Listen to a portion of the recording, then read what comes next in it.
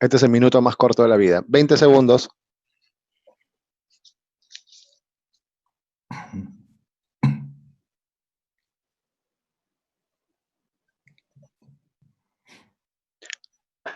Va.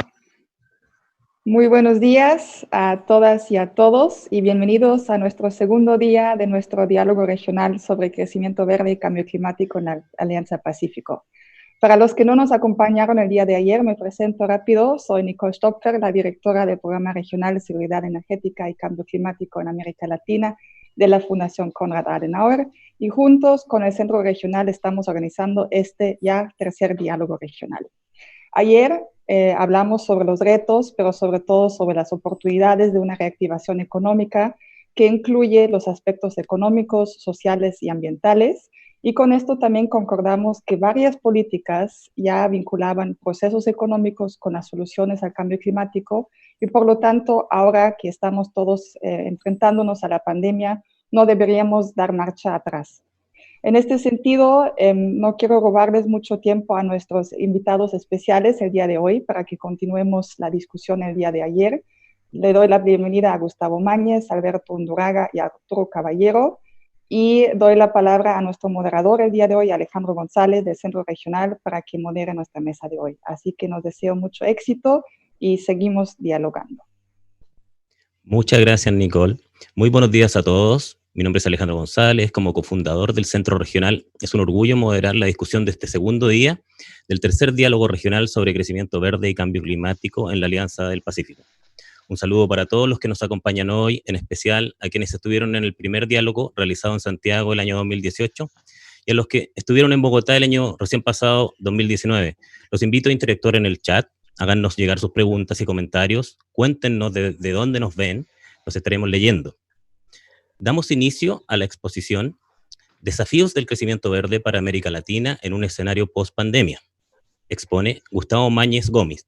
Gustavo es coordinador regional de cambio climático para América Latina y el Caribe, articulando cooperación y apoyo de ONU Medio Ambiente con los 33 países de la región en materia de cambio climático, incluyendo mitigación, adaptación, tecnología o acceso a financiamiento.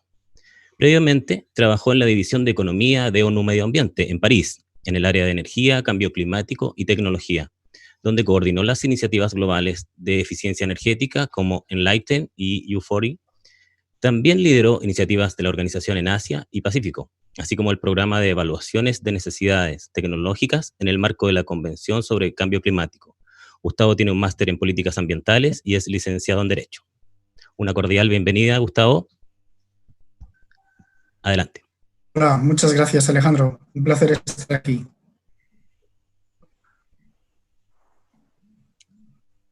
Cuando quieras.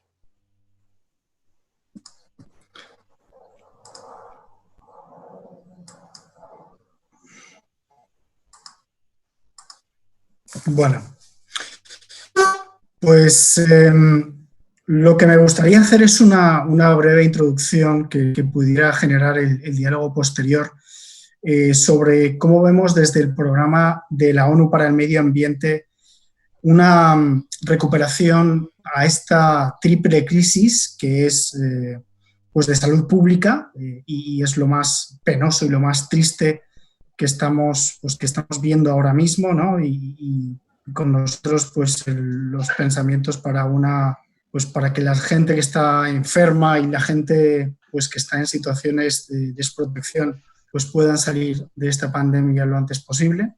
Pero al mismo tiempo esto ya se ha traducido en una crisis económica, depresión económica en algunos casos. Hay falta por ver los números de los países, pero vamos, no hay duda que esto se va a traducir en una grave depresión económica de la que hay que salir.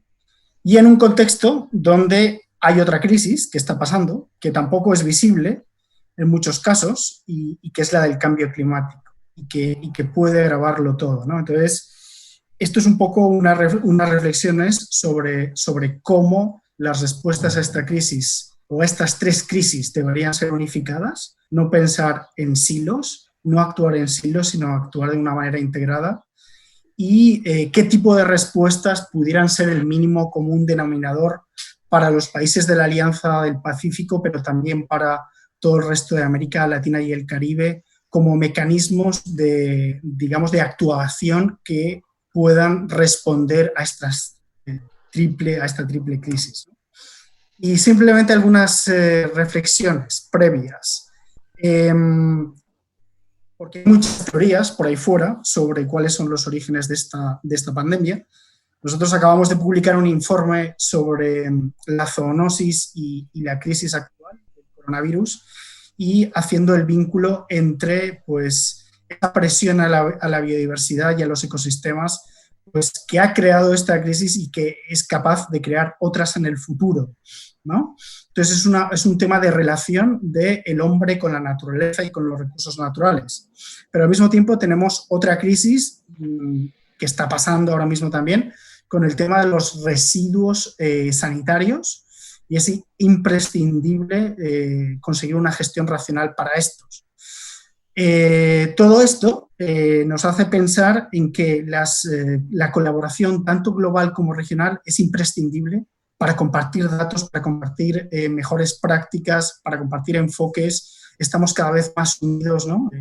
Y estos eventos digitales lo demuestran, cómo se han multiplicado en todo el mundo.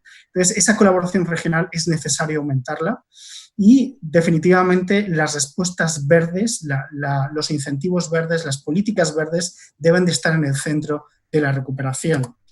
Les he hablado antes del cambio climático, de la crisis climática, pero es que hace 2-3 semanas, creo que fue, en Centroamérica se sufrió una tormenta tropical que, aparte del coronavirus, añadió muchísimas muertes más por lluvias torrenciales y también pues ha causado una grave destrucción de infraestructura pública, ¿no? Entonces, esto es para hacer ver que esta crisis del coronavirus pues hay que verla en un contexto más amplio de la crisis climática. Y la capacidad para responder a la crisis climática se va a ver comprometida tanto por la situación actual del coronavirus, porque, como estamos viendo, estamos entrando en grandes fases de pues toma de préstamos que van considerablemente a aumentar el déficit de la región. Por lo tanto, la respuesta que demos a esta crisis sanitaria económica la tenemos que alinear con la crisis climática, porque si no simplemente no vamos a tener capacidad financiera, capacidad de endeudamiento como para responder a la crisis climática, ¿no? Y esto va a hacer que el sistema pues, sea cada vez más insostenible y aquí es donde vamos a poder ver situaciones límite, ¿no? Pero estamos a tiempo para responder a ello. Y la gran oportunidad para dar esta respuesta es reactivarse en base a la economía verde, generando puestos de trabajo decentes, pero al mismo tiempo reduciendo la desigualdad regional, porque estaríamos trabajando con aquellas poblaciones que son más vulnerables, tanto a la crisis de salud como a la crisis climática. Y aquí les voy a dar pues una breve introducción a 5 áreas de oportunidad que desde el Programa de la ONU para el Medio Ambiente vemos como fundamentales para basarse en esta recuperación económica, ¿no? La primera tiene que ver con la creación de resiliencia en la población rural y en la producción agrícola a través de soluciones basadas en la naturaleza. La segunda tiene que ver cómo se crea la resiliencia o la adaptación al cambio climático en las ciudades, también a través de soluciones basadas en la naturaleza. La tercera es cómo aceleramos la transición que ya está pasando tanto a energías renovables como más eficiencia energética.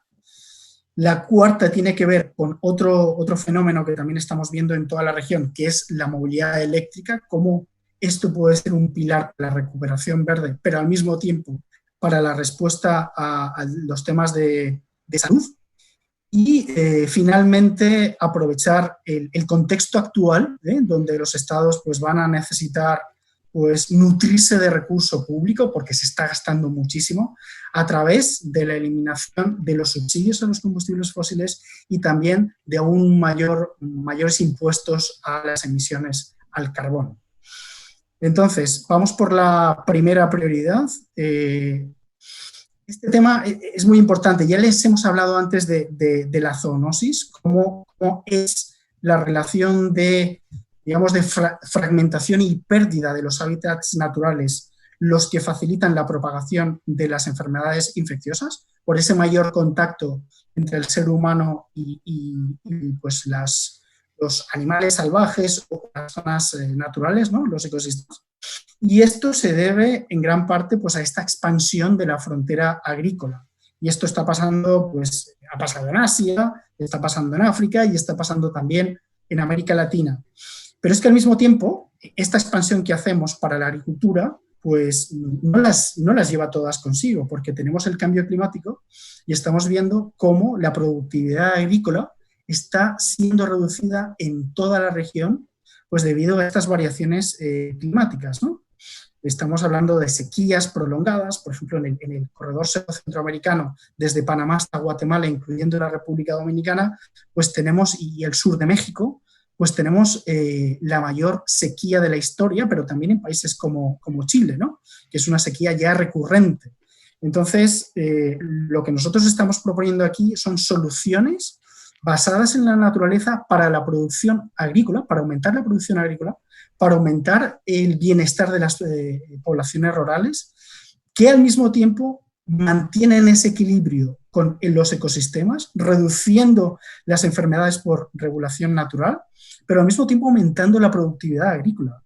Y según estudios de la Comisión Global para Adaptación, inversiones de $250 a $500 por hectárea en soluciones basadas en la naturaleza en tierras áridas, como por ejemplo en países como sería Chile, aumentarían el rendimiento entre un 70 y un 140%, aportando aún más puestos de trabajo a la productividad agrícola. Y hay muchos ejemplos de cómo serían este tipo de soluciones basadas en naturaleza aplicadas a la producción agrícola, desde la restauración de tierras con sistemas de producción mixtos, las prácticas de pastoreo sostenibles o los sistemas agrosilvopastorales, etcétera, etcétera, ¿no? Cómo mejorar las cadenas de valor para el procesamiento, el rastreo blockchain, políticas o acciones de la granja a la mesa o from farm to fork, que ahora mismo se están implementando en Europa en base a la nueva política europea.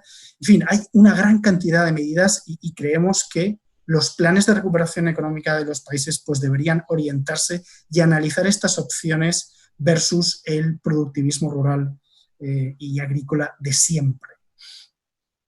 Segunda área de alta oportunidad. Bueno, pues el mismo enfoque, las soluciones basadas en naturaleza traídas al contexto urbano. Y como ustedes saben, pues aproximadamente el 80% de la población de la región vive en zonas urbanas, en ciudades o en zonas urbanas, y es aquí donde se están sintiendo pues, mayormente los efectos del cambio climático. ¿Qué hacen estas soluciones basadas en la naturaleza? Pues mejoran la resiliencia de las ciudades, mejoran también la salud de los ciudadanos y también pueden crear una gran cantidad de empleos. Al mismo tiempo pueden acercar o pueden crear una relación entre el ser humano y la naturaleza, que siempre pues, pensamos en la naturaleza, irnos a un parque nacional, vivir experiencias a 300 kilómetros de la ciudad. No, la naturaleza está en la ciudad misma. ¿Y cómo podemos expandir eso? Pues hay gran cantidad de métodos para crear resiliencia en las ciudades que al mismo tiempo pues, protegen por ejemplo, la elevación del nivel del mar, reduciendo el riesgo a los daños a la infraestructura pública pues, el aumento pues, del nivel del mar o pues como aquí ven una foto, ¿no? de Ciudad de Panamá hace aproximadamente unas 3-4 semanas, las primeras lluvias de la época lluviosa y miren lo que ocurrió, ¿no? O sea, graves desperfectos a nivel pues, de infraestructura y a nivel de propiedad privada, ¿no? Bueno, pues Estamos hablando de sistemas de drenaje sostenibles a través de soluciones verdes, que además ahorran costos en infraestructura gris de hasta un 85% comparados con el drenaje tradicional y generan empleos, ¿no? Y pues en diversos estudios pues, se ha calculado que los beneficios de la infraestructura verde a prueba del clima superan a los costos en una proporción de 4:1. Y a veces no estamos hablando de eliminar la infraestructura gris, estamos hablando de crear soluciones híbridas, ¿no? Con infraestructura gris, pero al mismo tiempo incluyendo infraestructura verde, como es la restauración de arroyos, ríos y zonas ribereñas, la creación de humedales artificiales para el tratamiento de aguas o la protección de fuentes de agua a través de la conservación de las partes altas de la cuenca cercanas a la ciudad, y la protección de los bosques, y pues también en el caso mismo que estamos viendo en Ciudad de Panamá, pues verdaderamente sería útil poner pavimentos permeables que aumentasen la penetración, ¿no?, del agua de lluvia y redujesen estas inundaciones, ¿no? Esta es la segunda área de oportunidad que vemos para reactivar la economía y generar puestos de trabajo y al mismo tiempo adaptarse al cambio climático creando resiliencia. Tercera gran área, y está pasando ya en la región y es una tendencia que hay que acelerar todavía más.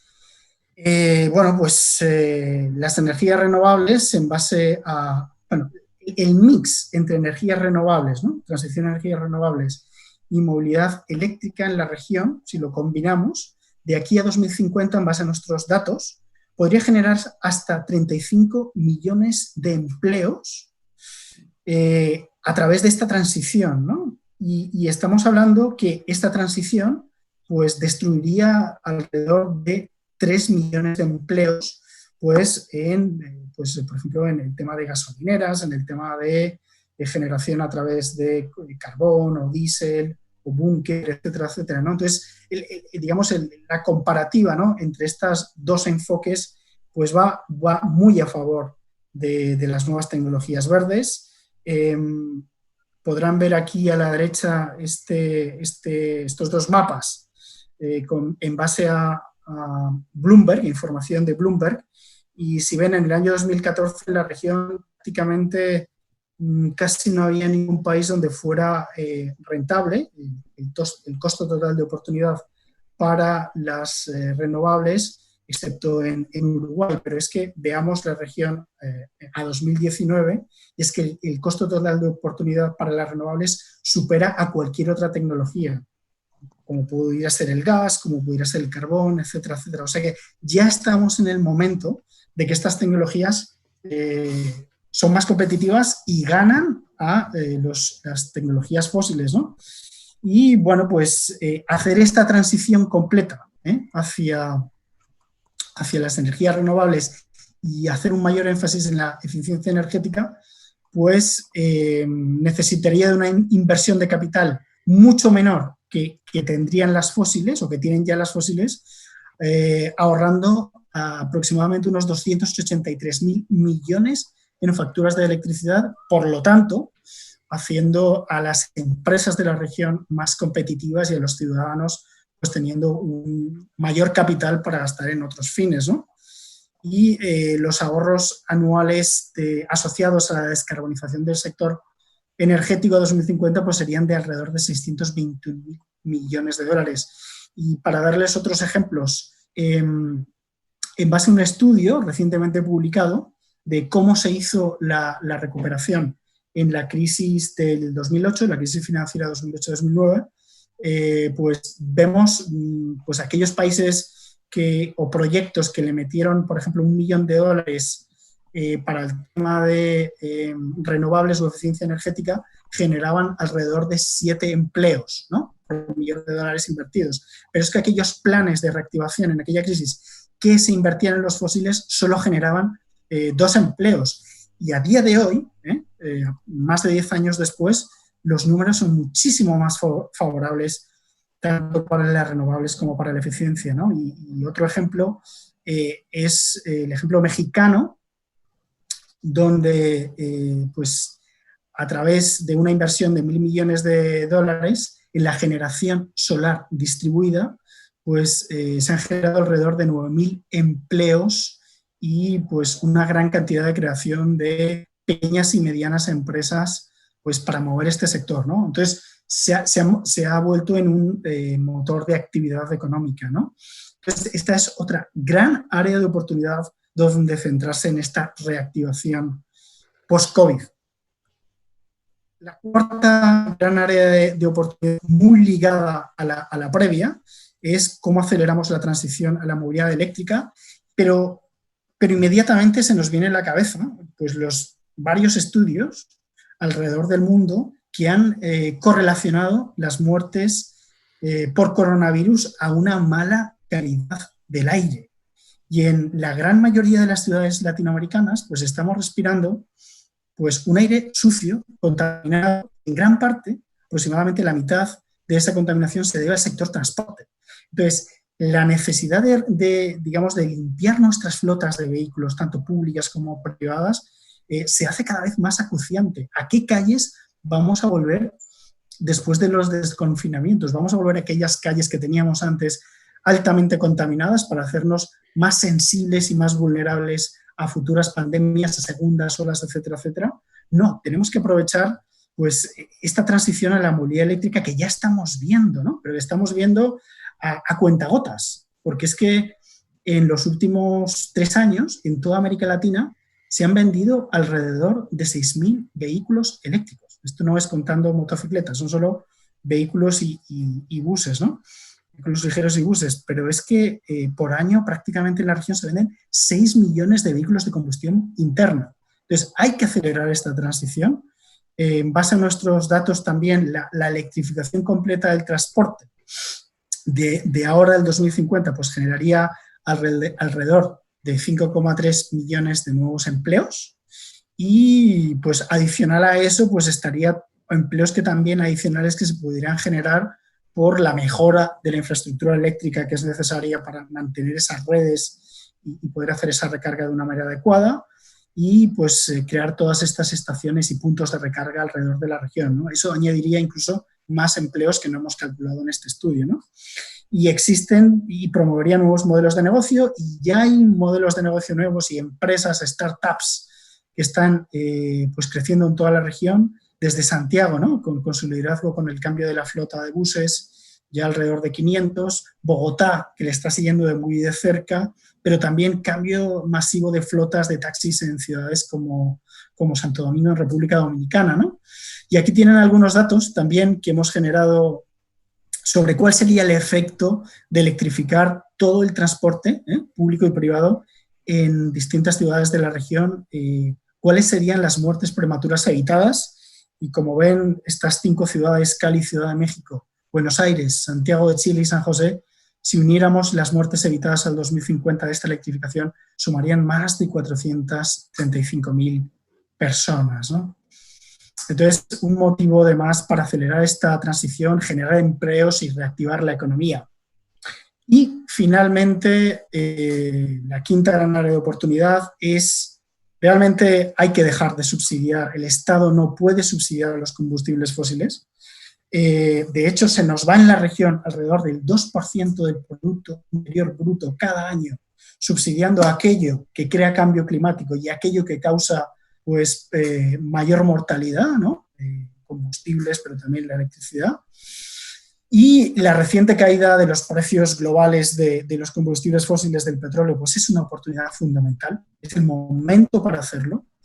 Y hacerlo, pues sabemos que es hacerlo de una manera delicada para evitar pues, presiones sociales no bienvenidas, y hay que hacerlo informando bien y dando alternativas, ¿no? Pero se puede hacer, porque los gobiernos ahora mismo lo que van a necesitar es recursos para reactivar la economía, para mantener los servicios públicos, y esta es una manera de obtenerlos. Y al mismo tiempo, aprovechar también esta oportunidad para mandar una señal muy clara al mercado de cuáles son las tecnologías permitidas a partir de ahora. No pueden ser las aquellas que emiten, no pueden ser las aquellas que causan cambio climático, y pues hacer esto a través de impuestos de carbono, allá donde existen, revisarlos y ver cómo realmente se pueden utilizar de una manera más ágil y para aumentar el financiamiento público. Y tenemos ejemplos alrededor del mundo. Les he extraído el de Indonesia, donde hace unos años se eliminaron todos los subsidios públicos, tanto para el transporte como para la electricidad, generando alrededor de 15.600 millones de dólares que fueron reinvertidos en fines sociales, impulso al crecimiento y al desarrollo rural para reducir pues, la pobreza y mejorar las infraestructuras, ¿no? Ahí está la gran oportunidad también. Para finalizar, y sabemos que hay muchas más oportunidades y que también dependen del contexto nacional, pero hemos intentado hacer una síntesis, ¿no?, de lo que podría ser el mínimo común denominador para la región. Pero a modo de conclusión,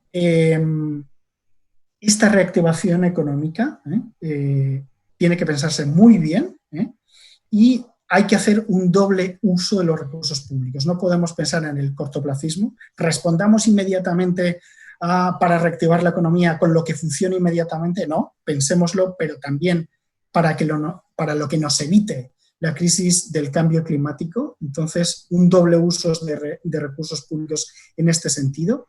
Responder a la pandemia, reactivar a la economía, pero también evitar los efectos catastróficos de la crisis climática. Al mismo tiempo, los recursos públicos no van a ser suficientes. Es necesario ahondar en las alianzas público-privadas, buscar aquellos socios del sector privado que estén orientados a este tipo de inversiones en estas grandes áreas que les he mencionado antes, incluyendo la banca comercial, que tiene pues, muchas ganas de generar negocio. Para ello es muy importante definir taxonomías sostenibles. La banca comercial va a invertir en cualquier cosa si eso no está regulado, y ya tenemos ejemplos alrededor del mundo, en la Unión Europea y en otros países, que están definiendo a través de los bancos centrales y de los reguladores taxonomías sostenibles. Tenemos también un muy buen ejemplo que hemos empezado en México con el Banco Central, con el Banco de México, para ver cuáles son los riesgos de la banca mexicana, cuál es su exposición a aquellos sectores afectados por el cambio climático, ¿no? Y en base a eso es que se puede definir una taxonomía. Medidas como el canje de deuda por protección climática o por adaptación al cambio climático tienen que ser exploradas, porque hay países que sinceramente van a estar demasiado endeudados como para tomar acciones. Esto hay que empezar a hablarlo y hay que empezar a discutirlo con acreedores. Y sobre todo, muy importante, no bajar, digamos, la guardia ante presiones de lobbies de sectores obsoletos que ya no son comercialmente rentables y que son grandes emisores y que son grandes causantes del cambio climático, para rebajar estándares ambientales bajo la justificación de la reactivación económica pues, urgente, ¿no? Todo esto va a requerir mucho de liderazgo.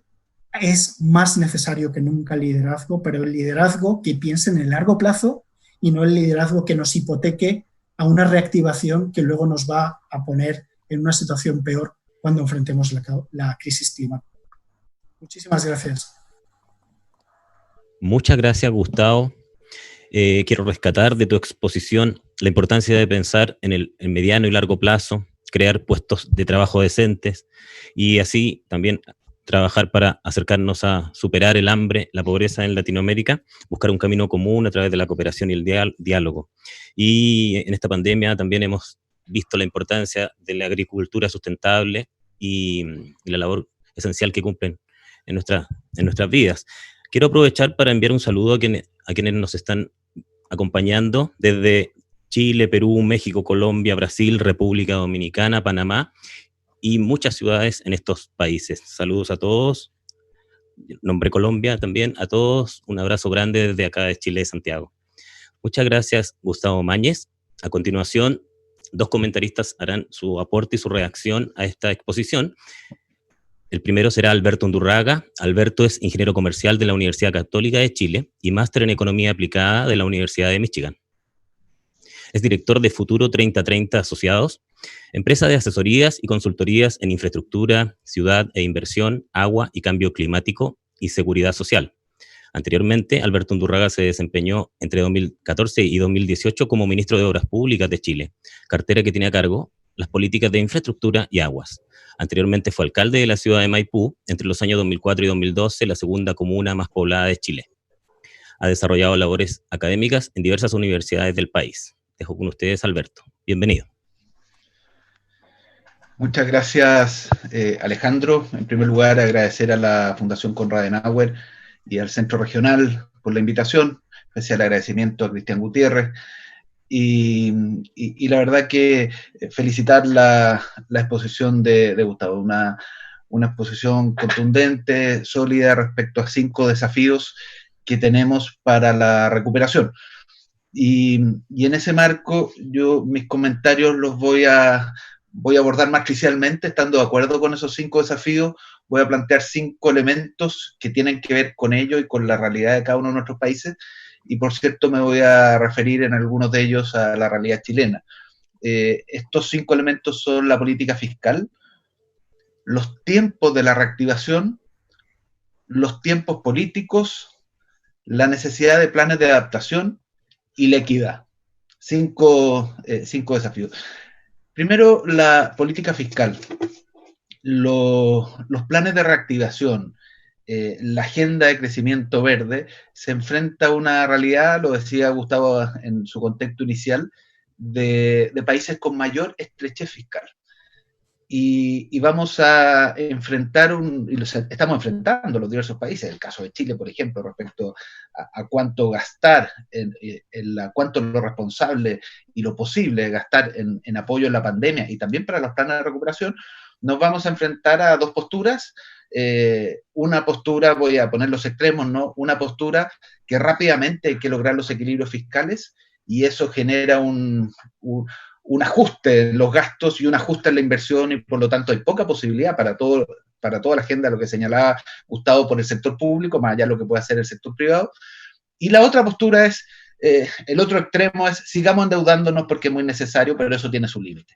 Probablemente nos ubiquemos en algo intermedio en los distintos países, y en eso va a ser muy importante para manejar esta transición los instrumentos de los organismos multilaterales y los instrumentos del mercado financiero en general, ¿no? Del mercado de capitales en general.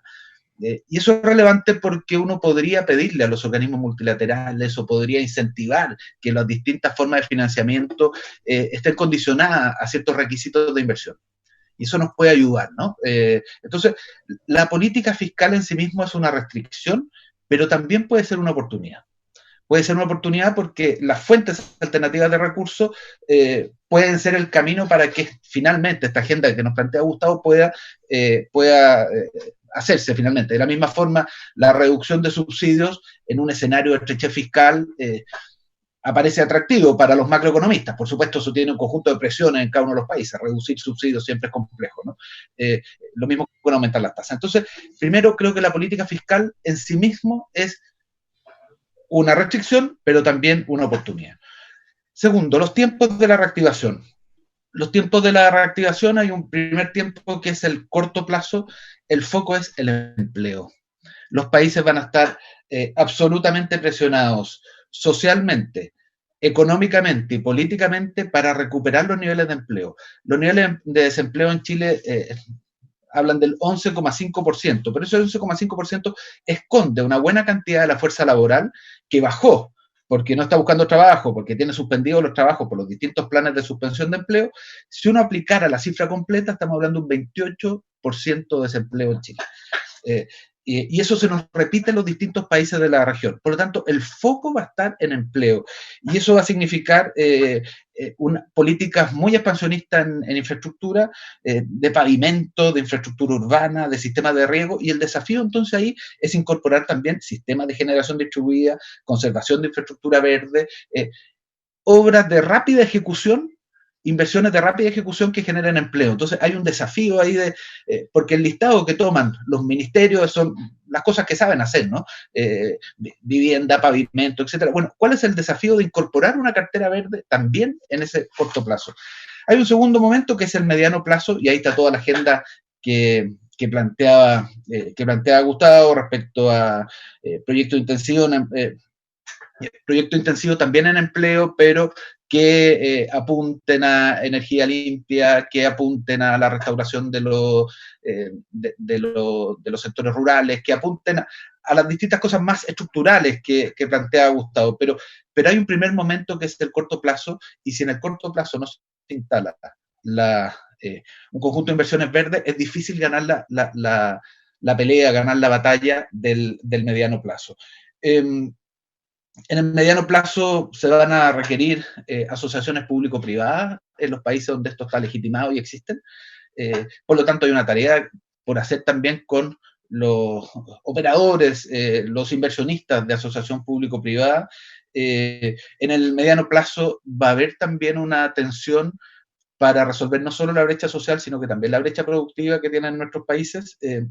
Y de nuevo, la multilateral, el BID, la CAF, el Banco Mundial, el BCE, y las distintas agencias de cooperación juegan un rol en determinar cómo se hace ello. Están hablando de algunas cosas estas agencias, de digitalización. En la medida que hay digitalización, la generación distribuida, los sistemas de transporte son más fáciles, de infraestructura sostenible versus la gris, de mitigación en sí mismo, todo lo que es la energía, y resiliencia y adaptación, que va muy en la línea de lo que plantea Gustavo. Pero esto, la idea es que finalmente esté formalmente los distintos instrumentos. En el mediano plazo, y otro elemento muy fundamental, sobre todo en Chile, tiene que ver con todas las inversiones que apunten al agua, ¿no? Que no solo son inversiones, sino que también hay regulación e institucionalidad. Hay una agenda enorme en esa línea. Ahora, ¿hay riesgos? Sí, hay riesgos que haya proyectos intensivos en empleo no sustentable. Los riesgos no solo son del lobby de la industria no sustentable. También hay un riesgo de la inercia, ¿no? Dado que el empleo es lo fundamental, ojo con que no vayamos a invertir solo pensando en el empleo y haciendo un daño ambiental complejo. Y eso no se explica solo por la industria, se explica por la urgencia. Entonces hay que tomar las medidas de resguardo en ello. Hay un riesgo de relajo a las normas ambientales, lo plantea Gustavo, pero también hay un riesgo de eliminar la participación ciudadana. Para hacer las cosas más rápido, y yo creo que eso la participación ciudadana nos ayuda a proteger el medio ambiente, nos ayuda a instalar una agenda verde. Segundo comentario, entonces, que era el más largo, tenía que ver con los tiempos de la reactivación. Tercer comentario, tiempos políticos como una oportunidad. En las elecciones, los candidatos y candidatas comprometen planes de trabajo.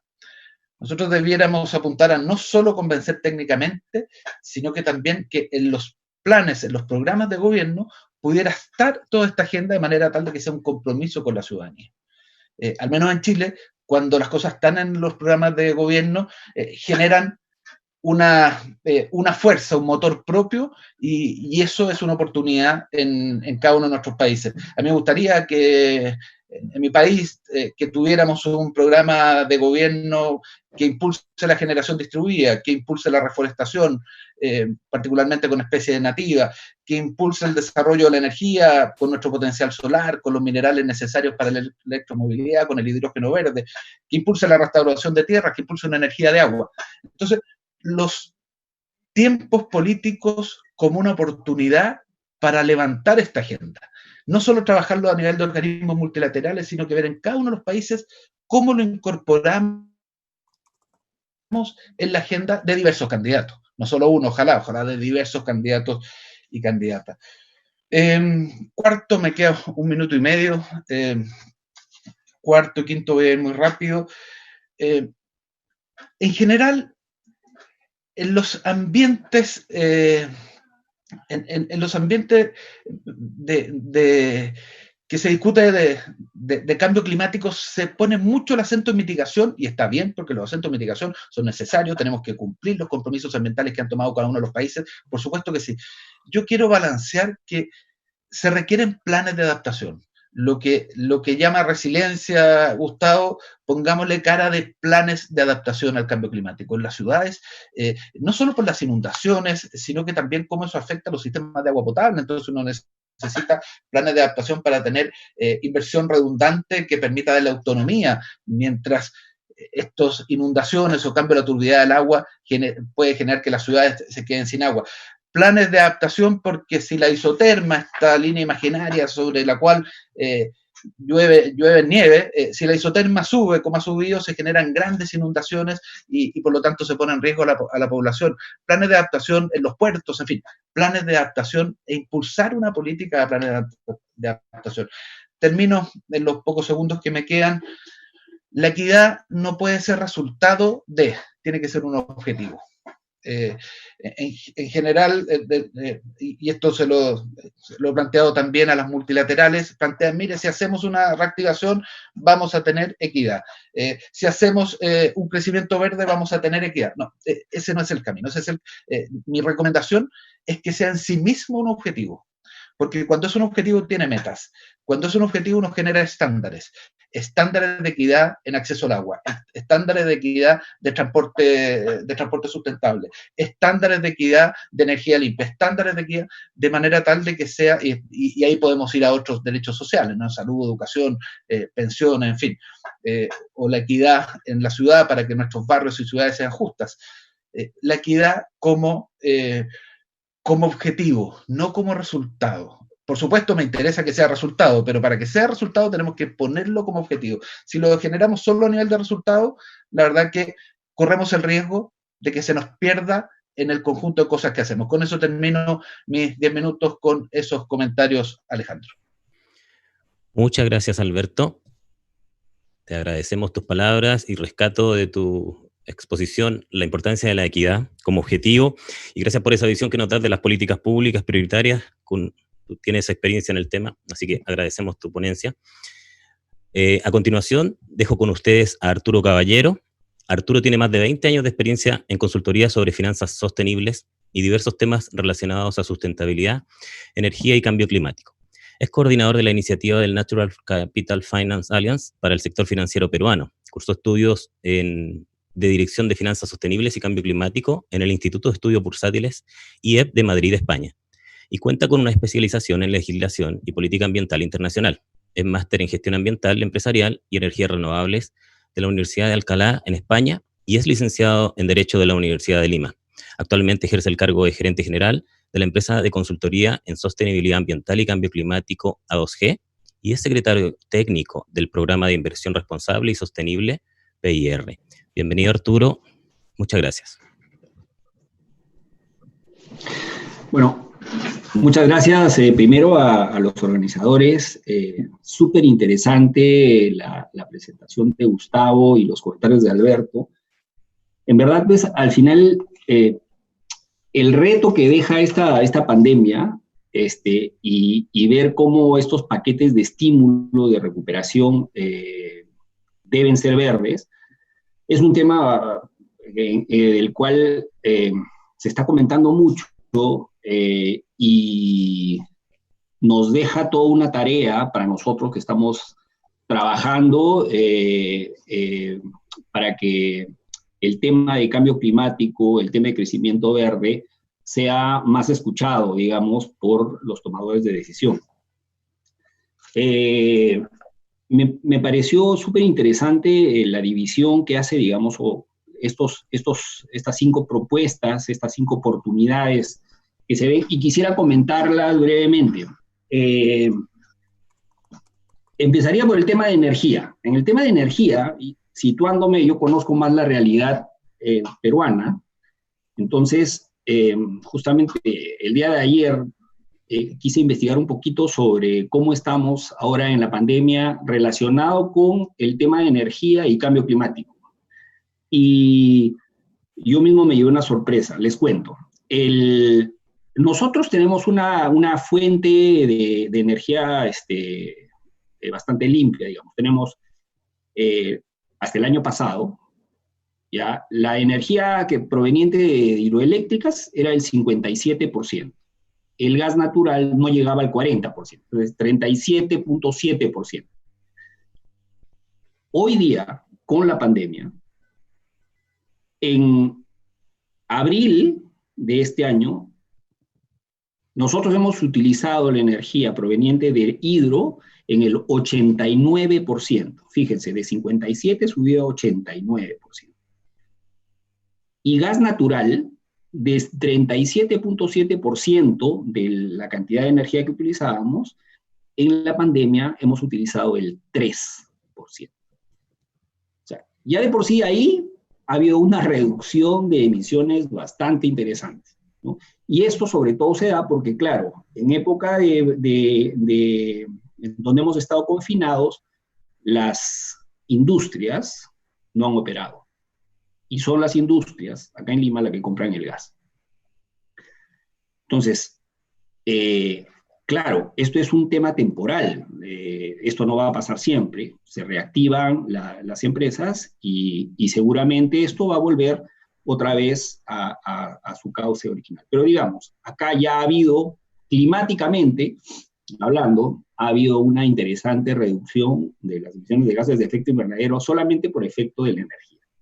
Ahora, nosotros en el Perú tenemos una política, digamos, desde el Estado de utilizar el gas como un combustible de transición.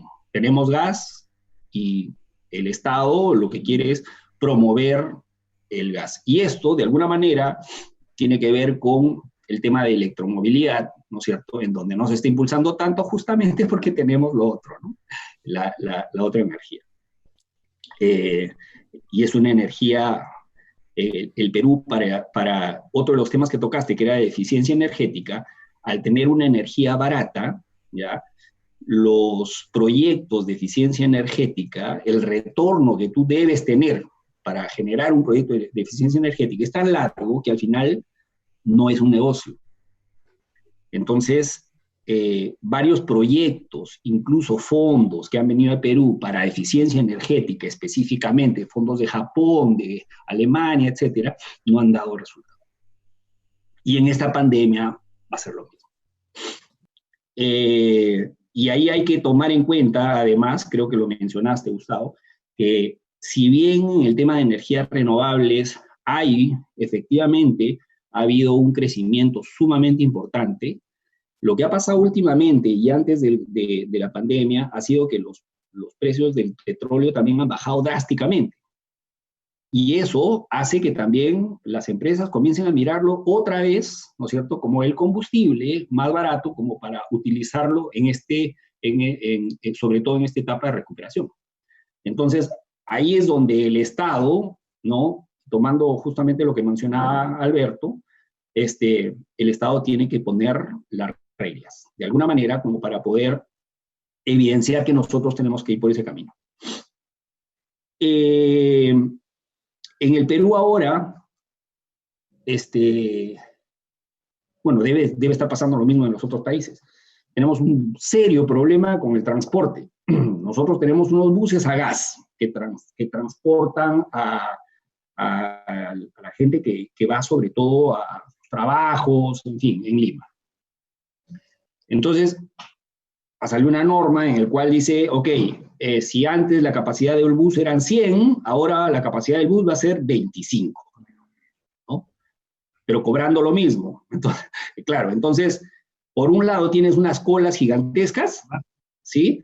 Pero por otro lado tú tienes a unos transportistas que están cobrando lo mismo por persona y que se quejan porque no les alcanza. Entonces, lo que se necesita son más buses. Ahora, para dar el salto a buses eléctricos, viene todo este tema, este problema, o más que problema es estos lineamientos de política del Estado de promover el gas, ¿no? Entonces, a ir a un bus eléctrico, a un bus con gas, seguramente van a elegir ir todavía con un bus a gas. En Europa ya se está comenzando a hacer cosas, a pensar en forma distinta, a ver si en algún momento llega a este lado. No sé si ustedes se enteraron de este plan de reducción por tramos en avión que se están generando en algunos países. Es decir, justamente con la reactivación de la economía, algunas de las empresas, sobre todo las empresas estatales de transporte aéreo, al pedir que el Estado ayude a estas empresas, el Estado le ha dicho, perfecto, te ayudamos, pero no te vamos a ayudar en los tramos que las puedes hacer en tren, ¿no? porque esos de ahí deberían hacerse en tren y no en avión, porque gastas mucho más energía y más combustible, etc. Es decir, ya de alguna manera se está pensando que en la reactivación económica que haya, se puedan apretar ciertas tuercas como para, pensando en la sostenibilidad, pensando en reducir emisiones, estas ayudas, estos paquetes, ya comienzan a tener sentido.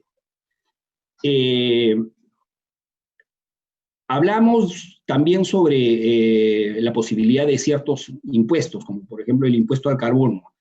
Eso yo creo que va a ser complicado ahora, ¿no? O sea, justamente el Estado lo que va a querer es de alguna manera flexibilizar este tema.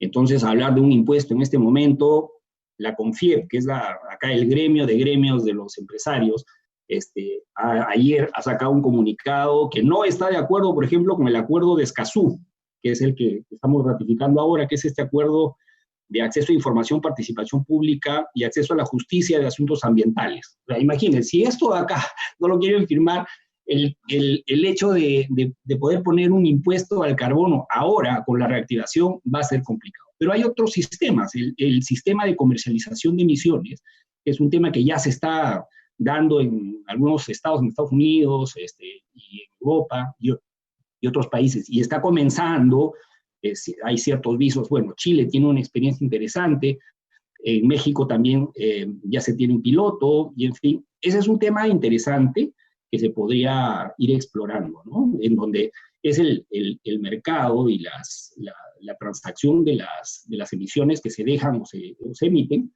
al final es como crearle un precio, pero no es un impuesto. Hace poco, en lo que son subsidios o reducir subsidios y dar ciertos incentivos, el Perú, a través del Ministerio del Ambiente, esta es una de las acciones directas, digamos, que ha tenido, ha generado un incentivo tributario para la depreciación acelerada de vehículos eléctricos, pues, para que cuando vengan se deprecien rápidamente y ya no paguen tanto impuesto. Hay algunos ejemplos, pero en verdad todavía no se ha avanzado mucho. En el tema de ciudades, ahí es donde quiero comentar un tema que me parece clave. La reactivación, como ustedes mismos han mencionado, es un tema que tiene que ver con creación de impuestos, de trabajo. Y esto, creo que el Estado se va el tema de infraestructura pública va a ser uno de los ejes en los que giren esta inversión rápidamente. Entonces, esta infraestructura pública, sobre todo, ahí está el reto de hacerlo cómo hacerlo como tiene que ser resiliente al cambio climático, ¿no? Es decir, estos nuevos hospitales, nuevas pistas, transporte, nuevos hospitales que sean nuevas pistas, transporte resilientes. Esta infraestructura, esta nueva energía o esta nueva inversión en energía, en electromovilidad, etcétera, necesita un nuevo sistema de financiamiento también. Es decir, hoy día existen a la fecha estos instrumentos financieros innovadores, como son, por ejemplo, los bonos verdes o los green loans que se están dando mucho en Europa, y que tienen una distinta taxonomía, ¿no? Tienes los bonos verdes normales que tienen que ver son instrumentos de deuda, ¿no? Bonos, pero con la característica de que resaltan el tema verde y que tú tienes que cumplir con ciertos indicadores. Pero en épocas de pandemia, el tener, por ejemplo, bonos sostenibles o bonos sociales, yo creo que pueden ser instrumentos que pueden apoyar a la reestructuración de la economía y a poder también paliar de alguna manera estos problemas sociales que se han creado, ¿no? Y todo esto dentro de un marco. Acá en el Perú lo que nosotros tenemos es una diversas políticas que ya incorporan el tema de crecimiento verde. El Ministerio del Ambiente, conversando con ellos, ellos tienen desde el 2016 los lineamientos de crecimiento verde.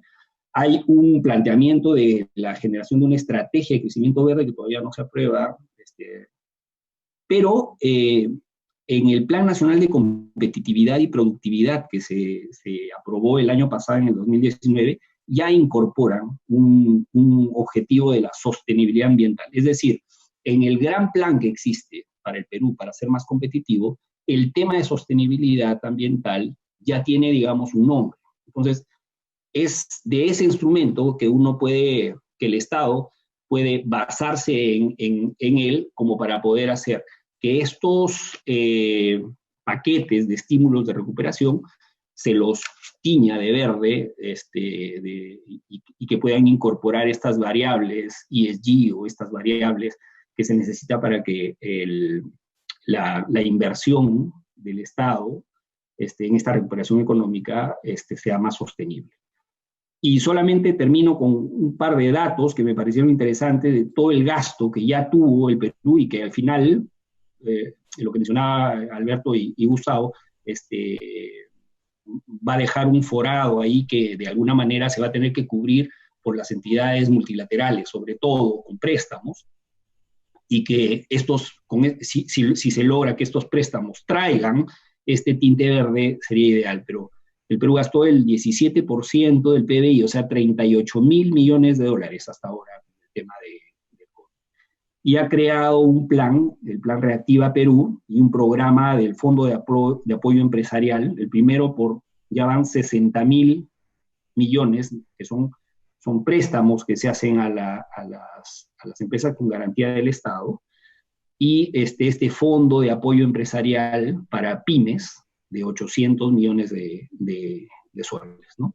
Además de que se han repartido 6.8 millones de familias han recibido un bono, ¿no? Entonces, por suerte, el Perú contaba con este dinero, este financiamiento, pero esto de alguna manera va a hacer pues que la economía en estos meses, como en toda Latinoamérica y todo el mundo, se tenga que reactivar. Pararía ahí mis 10 minutos. Muchas gracias, Arturo.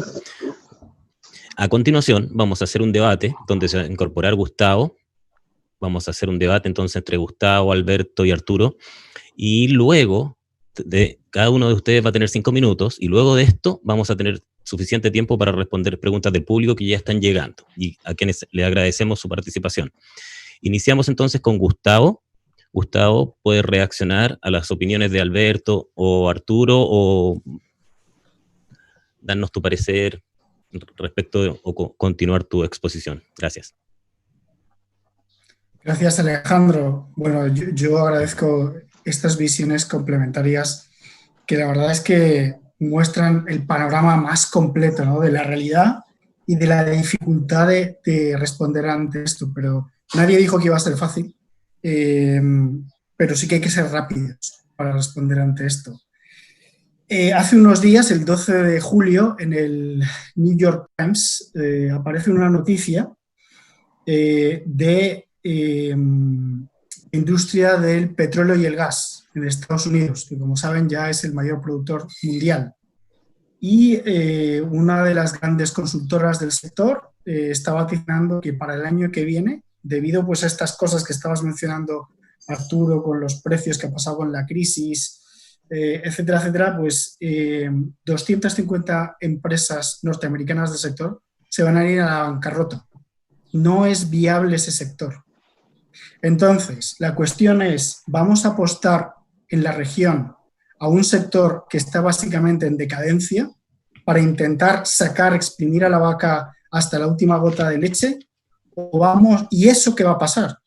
Que nos va a hipotecar durante los próximos 20 o 30 años, que dura justificar una inversión en gas, por ejemplo, una inversión nueva, y nos va a hipotecar haciéndonos, pues, teniendo que utilizar infraestructura y impidiéndonos generar mayor capacidad a través de, por ejemplo, energías renovables o en el ámbito del transporte, movilidad eléctrica.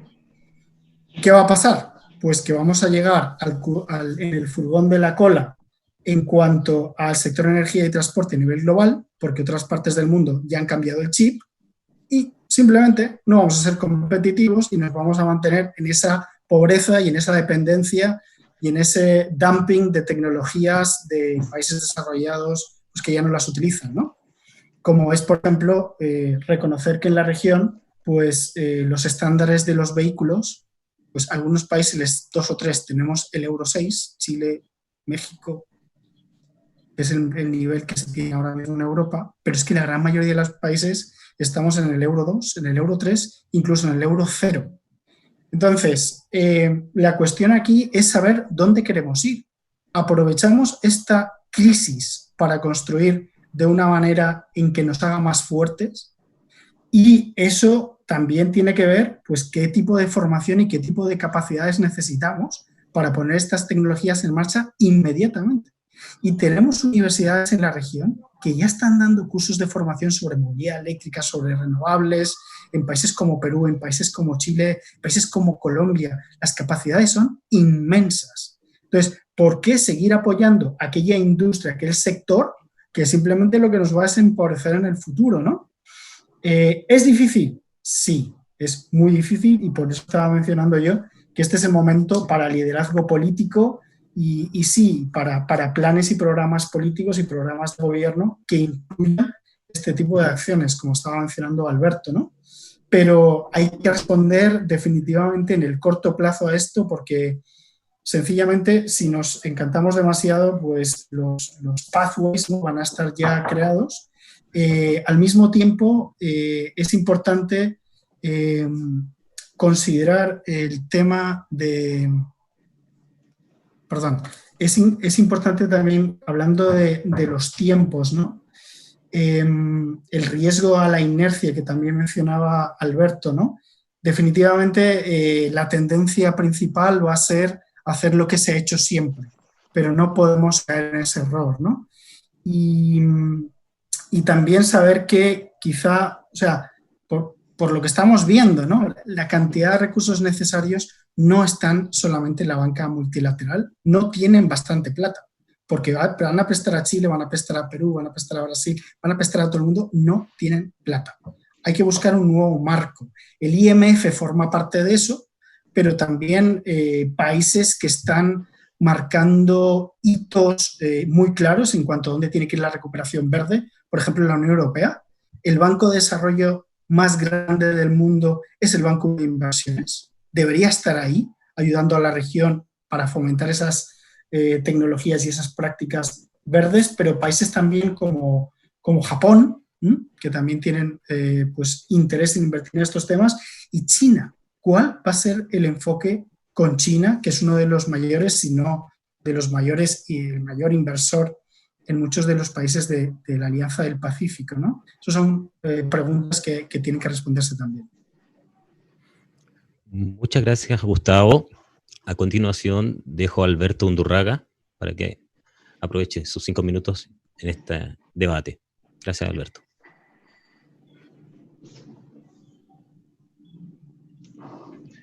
Gracias, Alejandro. La verdad que cuando uno quiere impulsar ciertas agendas, creo que es importante analíticamente separar 3 niveles, ¿no? A nivel de principios, nivel de instrumentos y nivel de implementación. Son 3 niveles y si no los separamos en el análisis podemos confundirnos, ¿no? Y podemos estar hablando de instrumento y perder de vista los principios. Y yo creo que en materia de principios hay 3 principios de esta agenda de reactivación que es bueno que estén los 3, pero declararlos los 3, ¿no? Integrarlos. Por supuesto, el que nos convoca hoy día, una agenda de reactivación verde, una economía verde hacia adelante, el desarrollo sustentable, ese es el que nos convoca hoy día. Pero hay otro que es a nivel de principios también, que es recuperar el empleo. Y si no lo declaramos nosotros, lo van a declarar otros, porque es tremendamente relevante. Ahí está puesta la urgencia de millones de latinoamericanos, de millones de personas en mi país. y por lo tanto me parece tremendamente relevante a nivel de principio. Y el tercer principio, también declararlo a nivel de principio, es la equidad como eje de las distintas políticas.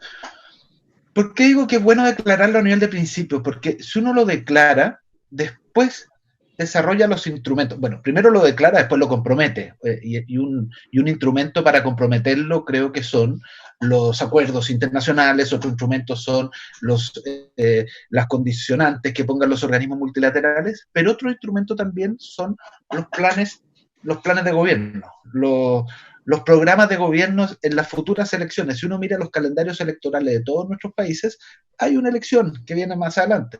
Algunas el próximo año, otras en 2 años, otras en 3, pero hay elecciones. Y hay elecciones de medio término también. Y esos son instrumentos. No despreciemos la política como un instrumento para ponerlo en agenda. Y después viene toda esta etapa de implementación, ¿no? Y en la implementación también creo que es relevante, vuelvo a insistir, que hay un momento de corto plazo. El día siguiente que se acabe el confinamiento, que empiece a haber actividad económica más normal en nuestros países, o semi-normal, con todas estas normas de distanciamiento social en el transporte, en el cine, en los restaurantes, pero finalmente, el día siguiente va a haber una agenda de inversiones.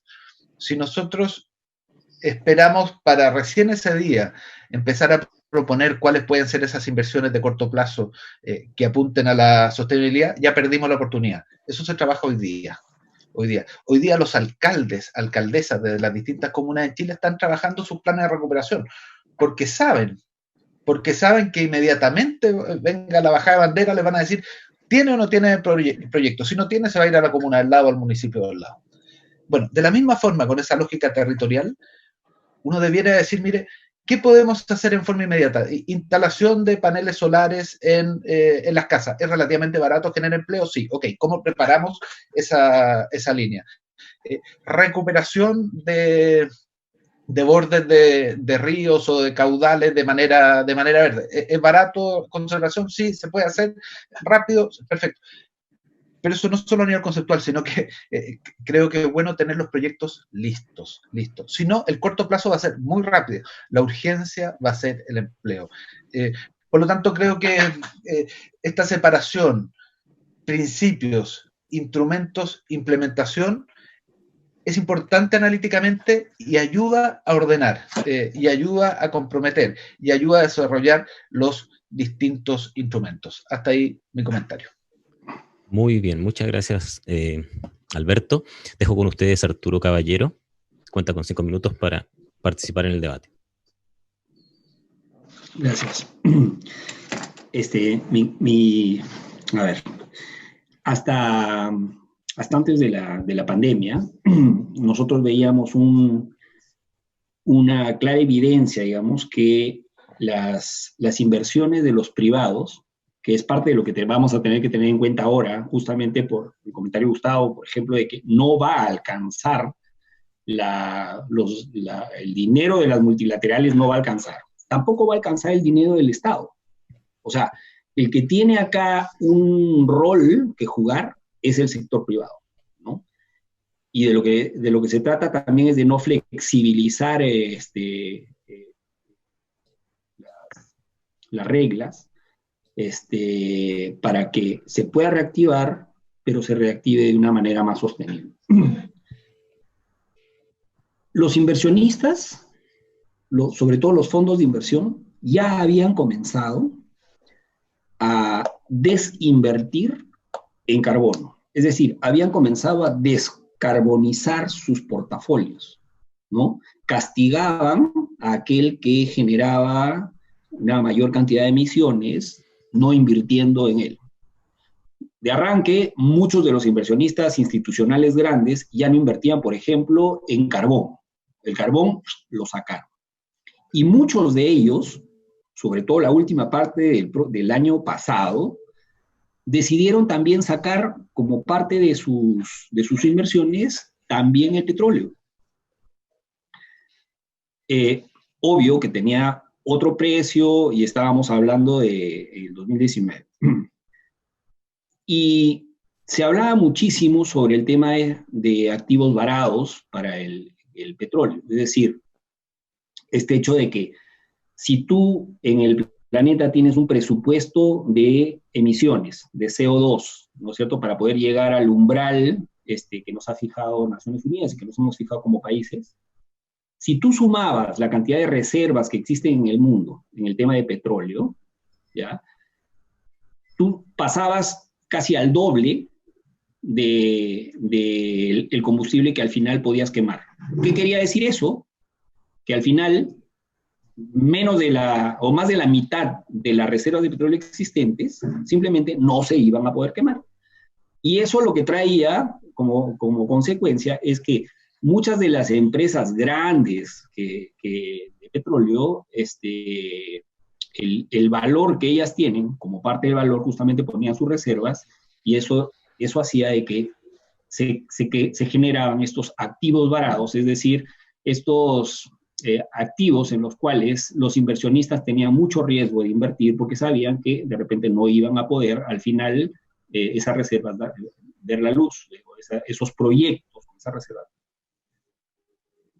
Ahora, con el tema de la reactivación, esto seguramente cambia, ¿no? Y sin, digamos, ese rol que tienen los inversionistas es clave en una pandemia también, porque son los que tienen la plata. Las empresas van a proponer, ¿no es cierto?, diferentes planes, van a proponer inversiones, van a proponer negocios, pero quienes van a hacer las inversiones al final son los inversionistas. Y los inversionistas tienen que seguir, digamos, ellos al final las inversiones las hacen sobre todo por este retorno de su inversión. Y van a tener en cuenta los precios internacionales de todo. O sea, eso por un lado, ¿qué es lo que se viene, digamos? Esa es la foto que creo que se va a venir y que se va a tener que discutir y ver cómo se puede seguir en esa línea de hacer que los inversionistas busquen unas inversiones más sostenibles, y por eso creo importante, lo que mencioné en mi presentación, de tener estos instrumentos y crear las condiciones por parte del Estado para poder utilizar estos elementos que hoy día son más buscados a nivel de estos fondos. O sea, ¿por qué no Perú, Chile, si se sabe que las empresas van a gestionar deuda, si se sabe que las empresas van a querer emitir bonos para poder financiar sus proyectos, ¿por qué desde ya no pensar en que estas inversiones deberían ser catalogadas como inversión verde o inversión sostenible? Estos bonos le dan una categoría más interesante, digamos, a esta deuda, y que pueden ser mejor comprados, ¿no es cierto?, por bancos de inversión o la banca multilateral en sí. En el Perú se dio un caso bien interesante, el PIR, el Programa de Inversión Responsable, en donde están los 17 miembros, y ellos tienen un manejo de activos de aproximadamente 77.000 millones de dólares. Están las AFPs, están los seguros, los fondos de inversión, etc. Ellos sacaron una declaración para el Estado, en donde le decían: señores del Estado, nosotros, con la expertise que tenemos en inversión, ¿ya?, queremos ayudarlos para que en el momento que ustedes decidan invertir, sobre todo en infraestructura para la reactivación económica que se viene, nosotros podemos ayudarlos a tomar las mejores decisiones, apoyándolos para incluir los criterios ambientales, sociales y de sostenibilidad en la inversión. Fíjense, o sea, es el sector privado el que le dice al Estado: nosotros los podemos ayudar por la experiencia que tenemos en negocio. ¿Qué hizo el Estado? Nunca, o sea, no ha habido una respuesta categórica, digamos, como va a decir: ok, o sea, trabajemos juntos para poder lograr esto, ¿no? Es digamos, o sea, no solamente es el rol que tiene el Estado y el rol que tiene el sector privado, sino que en este caso tienen que trabajar juntos. Y ese es un reto mayor. Hasta acá mi comentario. Muchas gracias, Arturo. Muy buena tu exposición. A continuación, vamos a leer preguntas del público. Vamos a empezar con las preguntas que han llegado para Gustavo Mañez. Estimado Gustavo, dice que te voy a entregar varias preguntas para que luego tengas tiempo para responderlas.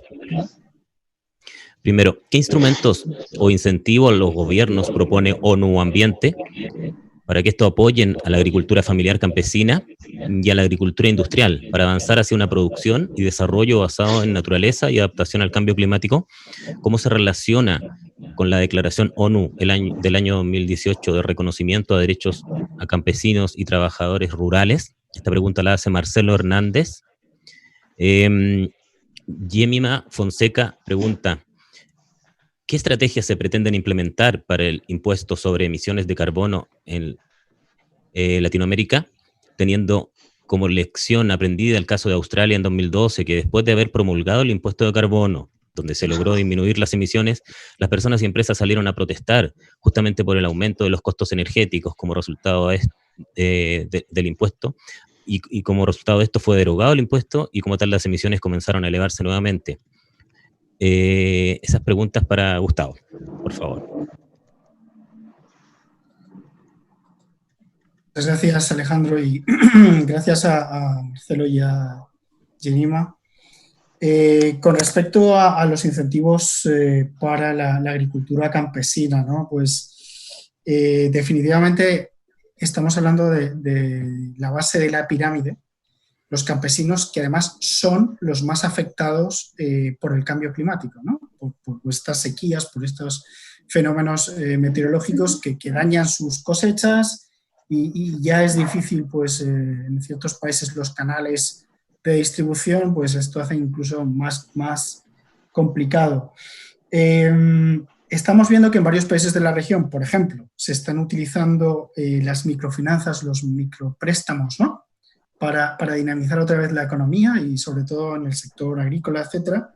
Bueno, pues unos microcréditos condicionados a la adaptación o a soluciones basadas en la naturaleza, y esto está muy estudiado, nosotros tenemos un programa sobre eso, que pueden ser pues el tema de el riego sostenible, el tema de la restauración, el tema de agricultura pues hidropónica, hay muchas técnicas, ¿no? Pues, entonces, en vez de la agricultura convencional, esto es lo que vamos a hacer con la plata pública.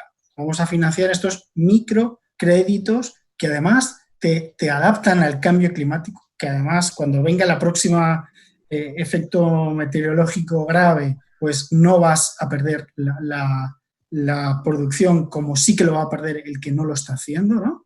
Entonces, esto es una manera concreta de llegar a esa adaptación y de ir a la base de la pirámide, que son pues, los campesinos, que además son los que menos acceso a financiamiento tienen en la región. Solo un pequeño porcentaje del campesinado latinoamericano tiene acceso a financiamiento, porque no tiene títulos de propiedad, porque no tiene pues, una cuenta donde recibe la factura de electricidad todos los meses, etcétera, etcétera. Entonces, enfocarlo a hacer llegar el financiamiento al final, al bottom of the pyramid, ¿no? Que se dice en inglés.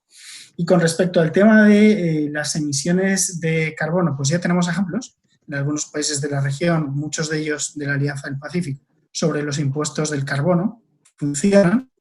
El tema está en que si seguimos financiando aquellas acciones pues que, o tasando, mejor dicho, tasando, ¿no? El impuesto al trabajo versus el impuesto al que contamina. ¿Por qué no cambiar esa lógica? Entonces lo que estaríamos haciendo es decir, bueno, yo no te estoy tasando a ti por lo que estás trabajando y por tu productividad, sino que te taso por lo que contaminas. Entonces estás reequilibrando, digamos la sociedad en ese sentido y estás mandando una señal. Y básicamente, si eso fuera así, aquellos que están contaminando más, pues dejarían básicamente de hacerlo, porque básicamente ya no se les tasaría por lo que producen o por el trabajo que generan, ¿no? Entonces, y eso equilibraría un poco las decisiones públicas, ¿no? Entonces, el riesgo a volver atrás es un gran riesgo. Ha pasado en Australia, pero puede pasar en otros países y está pasando, de hecho, en otros países de la región, México, Brasil, etcétera. Lo que pasa es que este también es otro desafío, ¿no? El cambio climático no conoce de colores políticos, nos va a afectar igual, votes a un partido, votes a otro partido, entonces esto tiene que ser una política de Estado, ¿no? De ahí, volviendo al tema de los instrumentos de Alberto, definitivamente la política es un instrumento y tiene que ser integrada en esta ecuación. Muchas gracias, Gustavo. A continuación vamos a hacer la pregunta a Alberto. Marcelo Hernández pregunta a Alberto Undurraga y dice, ¿cómo ves la tarea en Chile en materia de adaptación al cambio climático para infraestructura crítica, especialmente en relación al previsible auge que tendrá la construcción de cara a la reactivación económica? Y también agrega, ¿cómo se estimula o implanta en las élites tomadoras de decisiones una visión de reactivación con crecimiento verde y desarrollo sostenible con equidad, evitando la polarización y temores políticos económicos de una evolución del modelo intensivista y concentrador de riqueza hacia una visión de servicios ecosistémicos de los recursos naturales? Gracias, Alberto. Bueno, gracias, Marcelo, por la pregunta. Primero, señalar que yo creo que es bueno que los planes de adaptación se institucionalicen, que yo aprovecharía este viento de cola para hablar el lenguaje de la navegación, ¿no? Este viento que es la reactivación para también algunas mejoras y cambios institucionales que obliguen a que hayan planes de adaptación. De esa forma, dependen menos, si hay planes de adaptación que están institucionalizados, los ministerios de infraestructura, en Chile es el de obras públicas, el de vivienda, son los gobiernos regionales que a partir del próximo año van a ser independientes, van a tener autonomía. La verdad que si están institucionalizados, es más fácil que ellos después se sostengan en el tiempo y no dependan del gobierno de turno, la élite de turno, un poco en la línea de las aprensiones de la pregunta de Marcelo. El año 2017 nosotros, yo estaba en el Ministerio de Obras Públicas, impulsamos un plan de adaptación. Cristian fue muy relevante del Ministerio de Medio Ambiente, lo hicimos juntos, ¿no? Un plan de adaptación de la obra pública a ello. Y esto... una manera de incorporarlo en la agenda es ver el riesgo de no hacerlo. Un poco cómo sumar a los más reticentes. A veces es la élite, pero otras veces no es la élite. A veces tiene que ver con comportamientos más masivos. Ver el riesgo de no hacerlos. Si nosotros no hacemos planes de adaptación para el consumo de agua, las isotermas más altas van a traer aluviones, los aluviones van a tener más turbia el agua de los ríos, y si está más turbia el agua de los ríos no va a poder entrar a las plantas de producción de agua potable y la ciudad se va a quedar sin agua. Esto no es teoría, esto ha pasado 3 veces en Santiago, varias veces en la ciudad de La Serena y Ovalle, y ha pasado también en el Gran Valparaíso, no la fuente completa, pero una parte del Gran Valparaíso. O sea, esto no es solo teoría, esto es práctica. ¿Cómo uno se adapta a eso?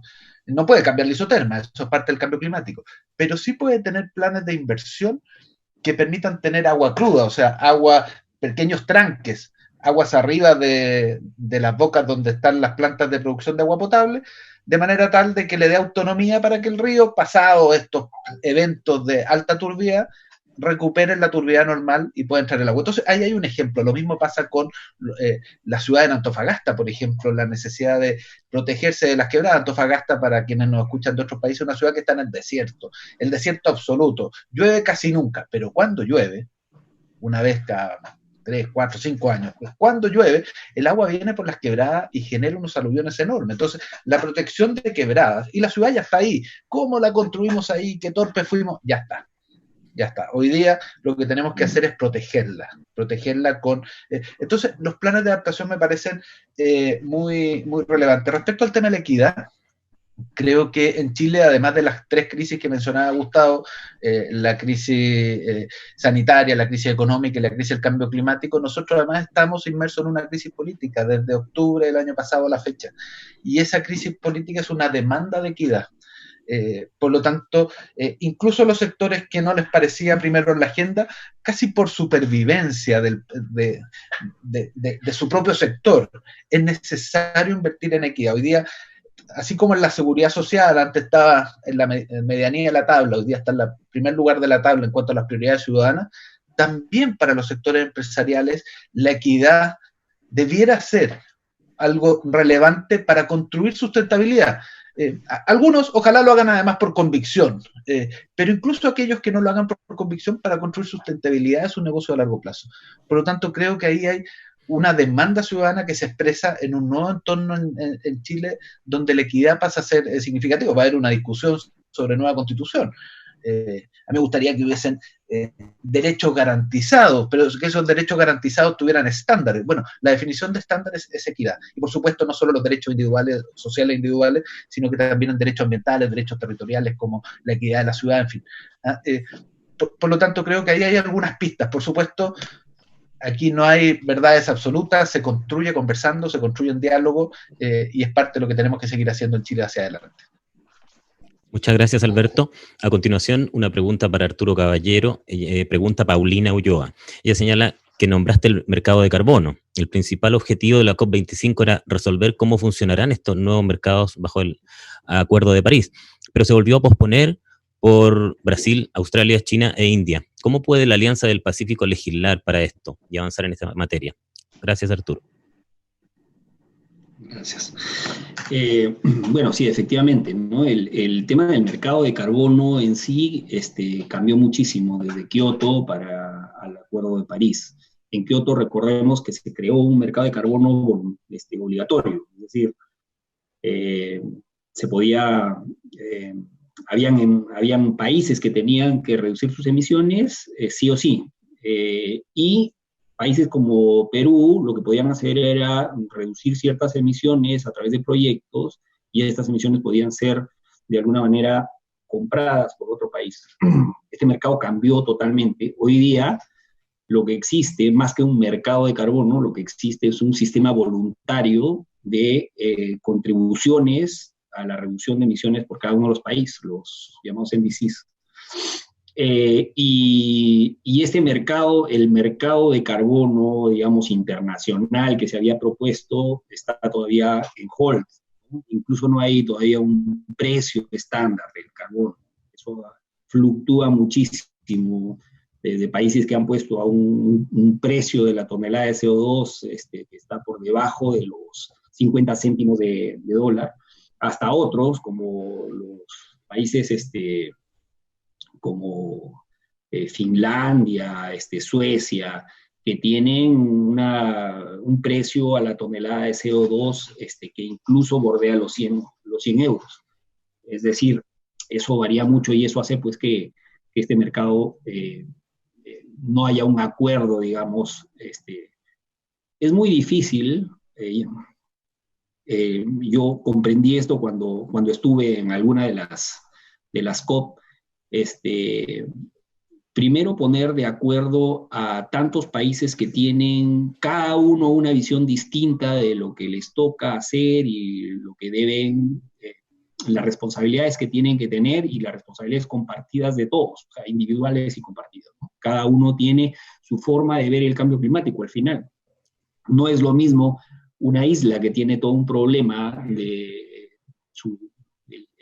el nivel de crecimiento del océano, que va perdiendo terreno y que en algún momento va a dejar de existir, que un país ya desarrollado, ¿no es cierto?, que lo que tiene que es más bien ver cómo reduce las emisiones de energía. O sea, es muy difícil llegar a un acuerdo, y eso es lo que está pasando con el tema del mercado de carbono. Ahora, hay ciertas iniciativas dentro de la Alianza del Pacífico. Efectivamente, se habló en algún momento de hacer un mercado de carbono común, en donde un sistema de cap and trade entre países también. Es decir, lo que yo genero acá, o dejo de generar, lo puede utilizar Colombia o alguna empresa en Colombia, y esto, ¿no? Sin embargo, eso está todavía como una idea, un primer paso. Existe no recuerdo si es un comité o una comisión dentro de la Alianza del Pacífico que ve justamente temas relacionados a cambio climático y finanzas sostenibles, ¿no? Y como parte de la discusión se había incluido este tema, ¿no? Hace poco hubo justamente un estudio al respecto del Banco Mundial en donde se analizó los gaps que tienen los países frente a sus índices y ver qué instrumentos se deberían utilizar. Obvio que todos en los 4 países teníamos, digamos, por el gobierno se podía llegar a una cantidad X de lo que se necesitaba para cumplir con la Contribución Nacional de Reducción de Emisiones. Podían financiar una parte, otra parte podía provenir de la cooperación, ¿no es cierto? Pero el gap más importante no se sabía de dónde iba a venir. O sea, uno se puede poner una meta de reducción, ¿no es cierto?, de decir, yo voy a reducir el 30%, todos los países en la Alianza del Pacífico van a reducir el 30% de sus emisiones, o el 20% de sus emisiones, al 2030, y el 10% depende de cooperación internacional. Pero para esto se necesita dinero, o sea, y es bastante inversión. ¿De dónde va a salir? Bueno, esa es una pregunta que todavía se hacen los 4 estados. Pero parte de ello tiene que venir de ciertos instrumentos, ¿no? Ciertos instrumentos de financiamiento climático. Y uno de ellos podría ser este mercado de carbono, que todavía es incipiente, o la idea, está en idea, en la Alianza del Pacífico, pero que temas como la reactivación económica de repente puedan hacer que se despierten. Muchas gracias, Arturo. Ha sido un excelente diálogo. Estoy muy contento de haber participado. Los panelistas han sido de muy alto nivel. Agradezco a todos los panelistas, a quienes nos han acompañado, y dejo con ustedes a Cristian Gutiérrez para iniciar el cierre de este diálogo. Sí, muchas gracias, Alejandro, y también agradecer a Gustavo Mañez de ONU Ambiente, que nos acompañó con la presentación principal, a Alberto Undurraga desde Chile y a Arturo Caballero desde Perú. Agradecer también a todos quienes están y estaban conectados en Latinoamérica. Estamos ya en los tiempos, y agradecer a nombre del Centro Regional de Crecimiento Verde y Cambio Climático el poder haber realizado este tercer diálogo regional, tercer año consecutivo. Para quienes no estuvieron el día de ayer en nuestro diálogo más político, comentarles que este diálogo se iba a efectuar efectivamente en México.